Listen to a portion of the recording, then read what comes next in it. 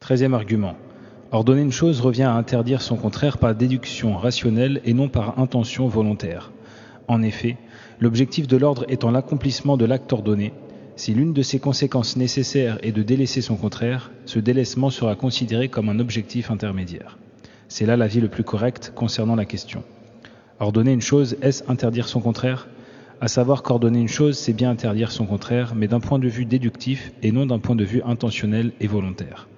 Et réciproquement, pour l'interdiction d'une chose, l'objectif premier de celui dont émane l'interdiction est que l'acte en question soit délaissé, et s'occuper, dans le même temps, d'accomplir son contraire, ne se fait que par déduction rationnelle. Cependant, l'interdiction touche essentiellement ce qui s'oppose aux actes ordonnés, comme vu plus haut. Par conséquent, c'est comme si l'acte ordonné était l'objectif ultime dans les deux cas. Pour faire court, nous dirons que la demande d'accomplissement d'un acte concerne aussi bien l'accomplissement de l'acte en soi que ce qu'il implique nécessairement par déduction. Quant à l'interdiction d'accomplissement d'un acte, elle concerne aussi bien le délaissement de l'acte en soi que l'accomplissement de ce que le délaissement implique par déduction. Dans les deux cas, il est exigé d'agir ou de s'abstenir, et ce sont là deux actes concrets. 14e argument. L'ordre et l'interdiction sont à la demande ce que la négation et l'affirmation sont à l'information. L'éloge et la glorification d'Allah ne se réalisent pas par pure négation, si cette dernière n'implique pas d'affirmation. En effet, la négation, comme son nom l'indique, n'est que néant, ne comportant aucune perfection et n'impliquant aucun éloge.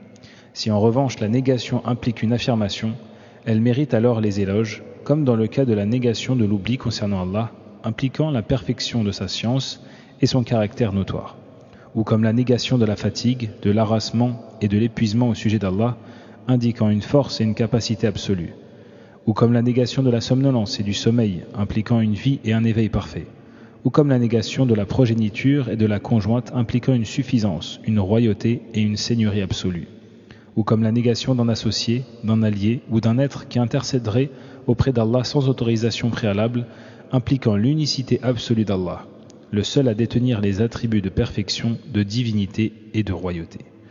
Ou comme la négation de l'iniquité, impliquant la justice la plus parfaite, ou comme la négation du fait qu'Allah puisse être complètement cerné par nos regards, ce qu'implique son immensité et le fait qu'il est bien trop sublime pour être complètement cerné, même si les regards le perçoivent dans l'au-delà.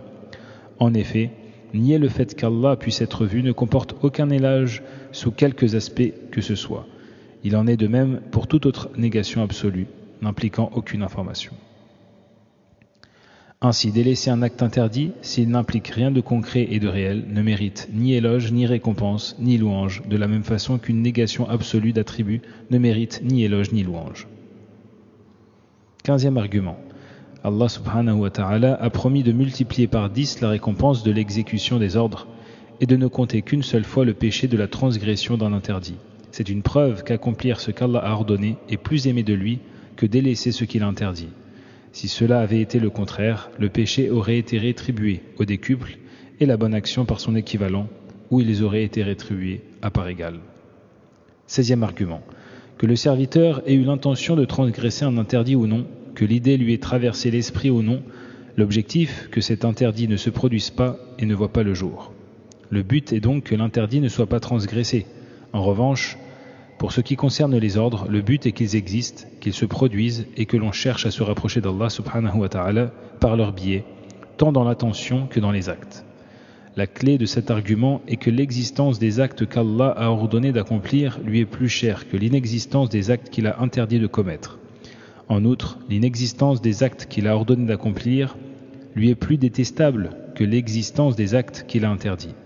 Ainsi, son amour pour l'accomplissement des actes ordonnés est plus grand que son aversion pour la transgression des interdits.